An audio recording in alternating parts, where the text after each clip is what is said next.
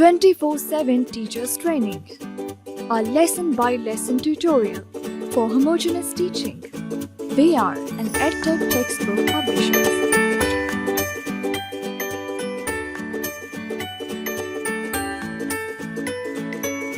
بسم اللہ الرحمن الرحیم۔ السلام علیکم محترم ٹیچر، سنو مین پبلشرز کی جانب سے خوش آمدید۔ یہ سیشن 5ویں جماعت کی اردو کے باب نمبر 9 پر ہے، جو کہ ایک نثری عبارت پر مشتمل ہے۔ عنوان ہے قومی ترانہ۔ آئیے ایک نظر ڈالتے ہیں حاصلات تعلم پر۔ سبق کی تکمیل کے بعد طلبہ اس قابل ہو جائیں گے کہ متن کو تفہیم، درست تلفظ اور ادائی سے پڑھ سکیں، حروف ندا، استعجاب، افسوس کا استعمال کر سکیں، متن یعنی نظم و نثر پڑھ کر سوالات کے جوابات تحریر کر سکیں، 1 سے 100 تک گنتی اردو ہندسوں اور لفظوں میں لکھ سکیں، مترادف اور متضاد کے فرق کو سمجھ کر بتا یا لکھ سکیں، روزمرہ زندگی میں بجلی، پانی، گیس کے بلوں کے مندرجات پڑھ سکیں اور لغت کی مدد سے الفاظ کے معنی تلاش کر سکیں۔ بچوں کو عبارت کے عنوان تک لے جانے کے لیے اور ان کی کتابیں کھلوانے سے پہلے آپ ایک موضوع تمہید اٹھائیں گے، عبارت کے عنوان کا اعلان کریں گے اور پھر کتابیں کھلوائیں گے۔ تمہید اٹھانے کے لیے درج ذیل نکات پیش ہیں، تاہم یہ حرف آخر نہیں ہے۔ بہتر سے بہتر تمہید کے لیے آپ کی فکری جستجو جاری رہنی چاہیے۔ درج ذیل سوالات کی مدد سے تمہید اٹھائیں۔ پہلا سوال ہے کہ نغمہ کیا ہوتا ہے؟ بچوں کے جوابات کے بعد ضرورت پڑے تو آپ انہیں بتائیں کہ نغموں لفظ کے معنی ہے گیت یا ترانہ۔ کسی ملک کے سرکاری طور پر قرار دیے گئے قومی نغمے کو کیا کہتے ہیں؟ قومی ترانہ۔ اسکول اسمبلی میں کون سا ترانہ روزانہ پڑھا جاتا ہے؟ اس کا جواب بھی قومی ترانہ۔ آخری سوال ہے کہ آپ قومی ترانے کا احترام کیسے کرتے ہیں؟ یا اب یہ تو تمام بچوں کو معلوم ہے کہ قومی ترانے کا احترام کیا جانا چاہیے۔ اب اس احترام کرنے کے لیے مختلف اوقات یا مختلف کیفیات ہو سکتی ہیں، مختلف اوقات ہو سکتے ہیں، لیکن ہر کیفیت میں، ہر صورتحال میں قومی ترانے کے احترام کے تقاضے ہیں، اور آپ بچوں سے معلوم کریں گے کہ قومی ترانے کا احترام کیسے کیسے کیا جاتا ہے، کس کس صورتحال میں قومی ترانے کا احترام کیسے کرتے ہیں۔ مثال کے طور پر اگر قومی ترانہ پڑھا جا رہا ہو کہیں اور کسی کے کانوں تک وہ آواز پہنچے اور اسے معلوم بھی نہ ہو کہ کہاں پڑھا جا رہا ہے، تو پھر بھی قومی ترانے کے احترام کا تقاضا ہے کہ جہاں کوئی شخص چل رہا ہے وہیں کھڑا ہو جائے۔ درجہ بالا سوالات پر مبنی گفتگو کے نتیجے میں بچوں کو باب کے عنوان تک لے جائیں۔ تمہید کے بعد آپ بچوں کو بغور سننے کی تاکید کے ساتھ عبارت کی قرأت کریں۔ آپ کے لیے میں قرأت کرتا ہوں۔ قومی ترانہ۔ قومی ترانہ کسی بھی ملک کی سلامتی، آزادی، عظمت اور وقار کی ترجمانی کرتا ہے۔ قومی ترانہ دنیا کے ممالک میں ہمارے ملک کی شناخت ظاہر کرتا ہے۔ پاکستان کا قومی ترانہ پاکستان کی پہچان ہے۔ اس کے الفاظ ہمارے ملک کے عوام کے جذبات کی ترجمانی کرتے ہیں۔ ہمارے قومی ترانے کی دھن موسیقار احمد غلام علی چھاگلا نے ترتیب دی۔ اس میں موسیقی کے 18 آلات استعمال ہوئے، جن کے تحت 38 دھنیں بجائی گئیں۔ اس کا دورانیہ 1 منٹ اور 20 سیکنڈ ہے۔ پاکستان بننے کے بعد قومی ترانے کی ضرورت محسوس کرتے ہوئے مختلف شعراء کو قومی ترانہ لکھنے کی ذمہ داری سونپی گئی، لیکن یہ اعزاز مشہور شاعر حفیظ جالندھری کو حاصل ہوا۔ ہمارا قومی ترانہ مخمس کی شکل میں لکھا گیا ہے۔ اس کے 3 بند ہیں۔ ہمارے قومی ترانے کی دھن دنیا کی مشہور دھنوں میں سے ایک ہے۔ قومی ترانہ پہلی مرتبہ 13 اگست 1954 عیسوی کو ریڈیو پاکستان لاہور سے نشر کیا گیا۔ پاکستانیوں کا حب الوطنی کے جذبے کے تحت اپنے قومی ترانے سے بہت زیادہ لگاؤ ہے۔ تمام اسکولوں میں قومی ترانہ روزانہ اسمبلی میں پڑھا جاتا ہے۔ تمام عوامی اور قومی تقریبات کا آغاز ترانے سے کیا جاتا ہے۔ اس کے احترام میں کھڑے ہونا لازمی ہے، اسے خاموشی سے سننا چاہیے۔ ہمارا قومی ترانہ ہمیں آزادی کا احساس دلاتا ہے۔ پاکستان ایک آزاد ملک ہے جہاں ہم فخر کے ساتھ بغیر کسی ڈر اور خوف کے ہنسی خوشی زندگی گزار سکتے ہیں۔ پاکستان زندہ باد۔ قومی ترانہ۔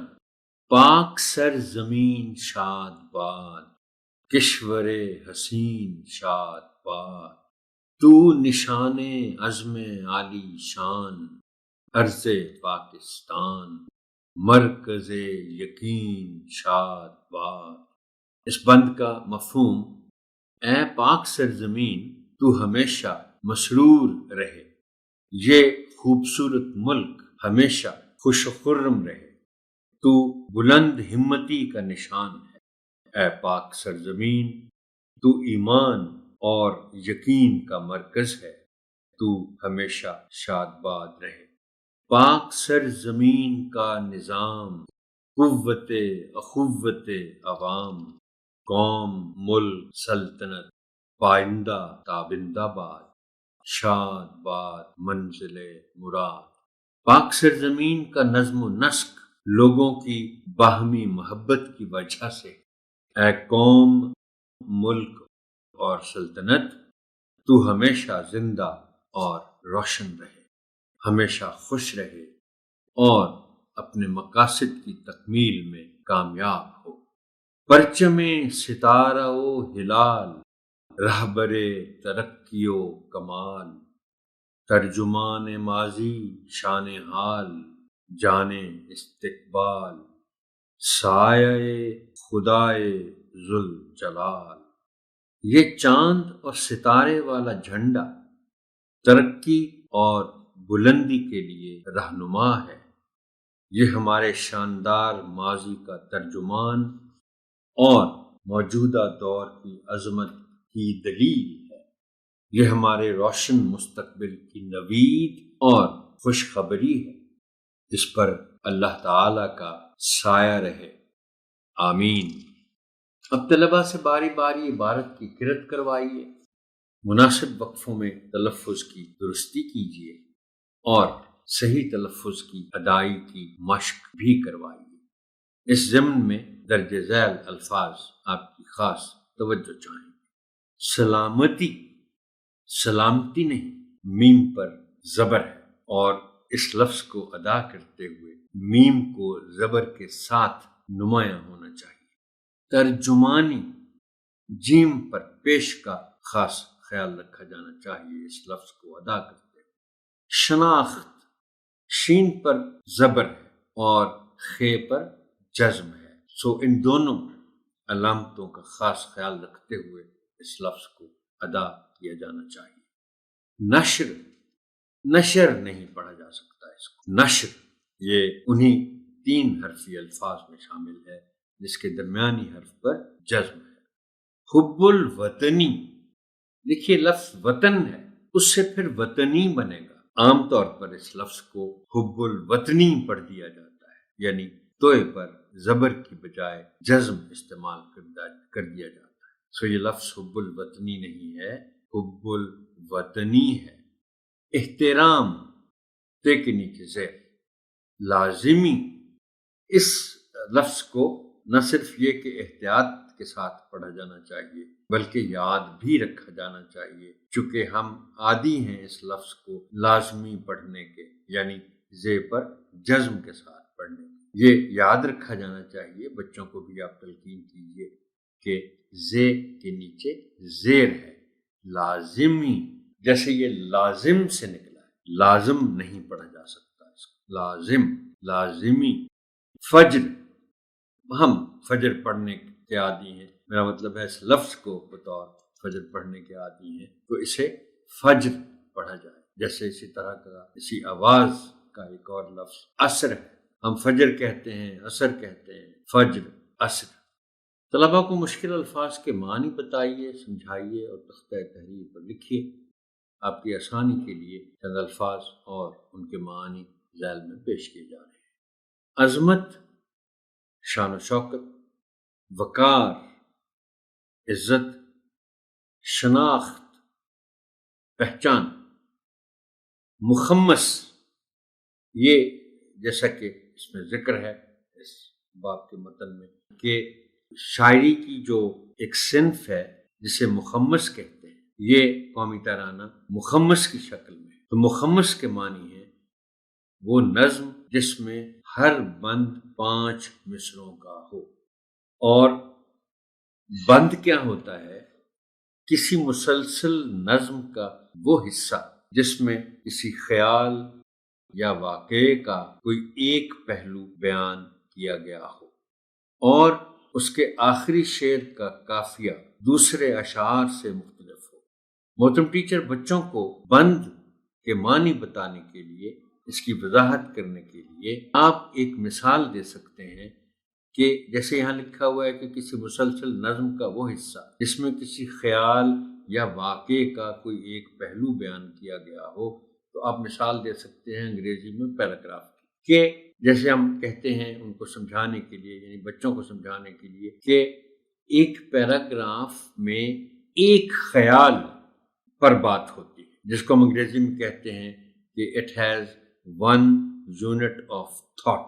اور ایسے میں ایک سے زیادہ پیراگراف ہوتے ہیں، اس کا مطلب ہے اس میں زیادہ یونٹس آف تھاٹ ہوتے ہیں، لیکن پیراگراف میں ایک یونٹ آف تھاٹ ہوتا ہے. اسی طرح کسی نظم کے اگر بند ہیں تو پھر ایک بند جو ہے اس میں کسی ایک خیال یا واقعے کا ذکر ہوگا، اس کا بیان ہوگا. کشور، ملک، دیس. اخوت، بھائی چارہ. ہلال، پہلی رات کے چاند کو ہلال کہتے ہیں. راہبر، راہبر کی مختصر شکل ہے. اصل لفظ راہبر ہے، بلکہ راہ اور بر دونوں کو الگ الگ لکھا جاتا ہے. راہبر، اسے پھر جوڑ کر مختصر شکل دے کر راہبر. اس کے معنی راہنما کے ہیں، اور یہی صورت راہنما کے ساتھ بھی ہے کہ درست لکھا ہو تو پھر یہ ایسے ہی ہے جیسے آپ دیکھ رہے ہیں، راہ الگ اور نما الگ، لیکن اس کی بھی مختصر شکل ہوتی ہے اور اس میں پھر الف کو غائب کر دیا جاتا ہے، رہنما اکٹھا لکھ دیا جاتا ہے. سایہ، سرپرستی، حفاظت. محترم ٹیچر، میں نے آپ سے ایک سے زیادہ مرتبہ گزارش کی ہے کہ الفاظ کے لغوی اور مجازی معنی بتانے کے لیے آپ مواقع کی تلاش میں رہا کریں. جب بھی آپ کو موقع ملے تو آپ بچوں کو بتائیں کہ اس لفظ کے لغوی معنی یہ ہیں اور مجازی معنی یہ ہیں. اب یہ لفظ ہے سایہ. اب سایہ کے جو لغوی معنی ہیں وہ تو شیڈو کے ہیں. اب اس سے بہتر لفظ تو فی الحال میرے ذہن میں نہیں آ رہا. سایہ شیڈو ہے، لیکن اس کے جو مجازی معنی ہیں وہ سرپرستی یا حفاظت کے. اور ترانے میں جیسے ہے کہ سائے خدائے ذوالجلال. اور محترم ٹیچر، آپ بچوں کو یہ ضرور بتائیے گا کہ وہ چونکہ دیکھتے رہتے ہیں، روزانہ قومی ترانہ پڑھا جاتا ہے، کہ جب یہ مصرع پڑھا جاتا ہے سایہ خدائے ذوالجلال تو تمام جو حاضرین ہوتے ہیں وہ اپنا سر تھوڑا سا جھکا دیتے ہیں، کیونکہ اللہ کے سائے کی بات ہو رہی ہے، اللہ کی سرپرستی اور حفاظت کی بات ہو رہی ہے. میں یہاں بلکہ یہ جو میں نے بات کی لغوی اور مجازی معنی کی، تو انگریزی میں بھی جب لٹری میننگز اور فیگوریٹو میننگز کی بات ہوتی ہے، یعنی مجازی معنی کی، تو اس میں جو سب سے زیادہ مثال دی جاتی ہے وہ لفظ چھتری کی ہے، امبریلا. اور یہ دونوں مثالیں ملتی جلتی ہیں. اب جو امبریلا ہے اس کے بھی دو معنی ہیں، لٹرری بھی اور فگوریٹو بھی، یعنی مجازی بھی. تو اس میں مثال یہ دی جاتی ہے کہ ہم بعض اوقات کسی شخص کے بارے میں ہی از این امبریلا فار اس. اب وہ فزیکل سینس میں تو نہیں ہو سکتا، وہ مجازن ہی ہوتا ہے کہ وہ ہمارے لیے چھتری ہے، حفاظت ہمارے لیے ہے. استقبال، اب یہاں پھر دیکھ لیں، استقبال کے ویسے جو عام طور پر معنی سمجھے جاتے ہیں وہ تو ہیں ریسیو کرنا، خوش آمدید کہنا کسی، لیکن استقبال کے یہ بھی معنی ہیں یعنی مستقبل. بند کتابوں کے ساتھ پہلے آپ عبارت کا مفہوم بیان کریں اور پھر طلبہ کو خاموش قرأت کا وقت دیں. اس کے بعد قومی ترانے کی مفصل تشریح کریں. یہ جو محترم ٹیچر مفصل تشریح کی بات میں کر رہا ہوں تو اس میں آپ بہت سے پہلو ہیں قومی ترانے. پہلی بات تو یہ ہے کہ مفصل تشریح آسان اردو میں اس لیے ضروری ہے کہ ہمارا پورے کا پورا قومی ترانہ فارسی زبان میں ہے. وہ الفاظ بھی جو بظاہر اردو کے لگتے ہیں وہ بنیادی طور پر فارسی کے ہیں. پورے ترانے میں صرف ایک لفظ ہے جو اردو کا ہے اور وہ ہے لفظ کا، یعنی دوسرے بند کے پہلے مصرے کا تیسرا لفظ ہے، پاک سرزمین کا نظام. صرف یہ لفظ کا اردو کا ہے، باقی تمام الفاظ ترانے کے فارسی کے. یہی وجہ ہے کہ بچوں کو سمجھانے کے لیے، قومی ترانے کا مطلب سمجھانے کے لیے انہیں ہر اس لفظ کے معنی بتانا پڑیں گے جو ذرا مشکل نظر آتا ہے، اس لیے کہ وہ بنیادی طور پر فارسی کے ہیں. اب جیسے یہ الفاظ ہیں پائندہ، تابندہ اور اس طرح کے دیگر الفاظ. دوسری ایک خاص لفظ ہے جس کا تلفظ آپ نے بچوں کو ضرور درست طور پر بتانا ہے. اور بھی اس طرح کے الفاظ ہیں، یہ ہم چونکہ غلطی کرتے ہیں. یہ دوسرے بند کے دوسرے شعر کا دوسرا مصرع ہے، پائندہ تابندہ آباد. اب یہ جو لفظ آپ بچوں کو خاص طور پر بتائیں گے کہ یہ جو لفظ پہلا ہے پائندہ، اس کو نثر میں بیشتر اوقات پا کے بعد یہ کی جگہ حمزہ لکھ دیا جاتا ہے، جیسے دیگر کچھ الفاظ میں حکایت ہے، کوئل ہے، تو اسے پائندہ پڑھنا ہے. لکھا ہوا تو پائندہ ہے مگر اس کو پڑھنا جلدی میں پائندہ نہیں ہے، پائندہ پڑھنا ہے. اور اس کے علاوہ جو اہم بات آپ نے بچوں کو بتانی ہے وہ یہ ہے کہ قومی ترانے کے 3 بند ہیں، لیکن تیسرا اور آخری بند پورے کا پورا یہ ہمارے قومی پرچم کے بارے میں یہ ضرور بتانا ہے آپ نے. پرچم ستارہ و ہلال، رہبر ترقی و کمال، ترجمان ماضی شان حال، جان استقبال، سایہ خدائے ذوالجلال. اب یہ جو سایہ خدائے ذوالجلال ہے یہ کون سی چیز ہے؟ یہ ہمارا قومی پرچم ہے. تو یہ آپ نے قومی ترانے کا مفہوم اور اس کے بارے میں اہم دیگر باتیں یہ اپنے بچوں سے ضرور کرنی ہے. اب آپ چند الفاظ کا انتخاب کریں اور بچوں سے کہیں کہ وہ ان الفاظ کو استعمال کرتے ہوئے اپنے جملے لکھیں. آپ ان کے جملوں کی اصلاح کریں اور پھر نمونے کے طور پر خود بھی ان الفاظ کے جملے بنائیں اور تختہ تحریر پر لکھیں. اب ہم آتے ہیں متعلقہ حاصلات تعلم کے حوالوں کے ساتھ مشق زبان شناسی اور لکھائی کے کچھ اہم پہلوؤں کی طرف. اس میں جو سرگرمی منتخب کی گئی ہے وہ ہے اشارات کی مدد سے کہانی لکھنا. یہ صفحہ نمبر 55 پر ہے. یہ سرگرمی حاصل تعلم اس کا ہے کہ طلبہ دیے گئے اشارات کی مدد سے کہانی لکھ سکیں. پہلے طلبہ کے ساتھ مل کر کہانی بیان کریں اور پھر ان سے کہانی لکھوائیں. آخر میں دوستی کے حوالے سے اخلاقی سبق اخذ کریں. یہ ایک فاختہ اور چیوٹی کی کہانی ہے. میں شاید صفحہ نمبر آپ کو غلط بتا گیا. یہ صفحہ نمبر 55 پر ہے یہ سرگرمی. میں نے آپ سے گزارش کر دی کہ کہانی پہلے بیان کریں. طلبہ سے پوچھیں، وہ بھی بیان کر سکتے ہیں ان میں سے کچھ طلبہ. پھر ان سے کہیں کہ آپ کہانی لکھیں اور آخر میں پھر پہلے بچوں سے پوچھیں کہ اس میں دوستی کے حوالے سے اخلاقی سبق اخذ کریں. دوست وہ جو ضرورت وقت کام آئے. یہ سیشن یہاں تک ہی محترم ٹیچر، آپ کی سماعت کا شکریہ۔ اللہ حافظ ناصر۔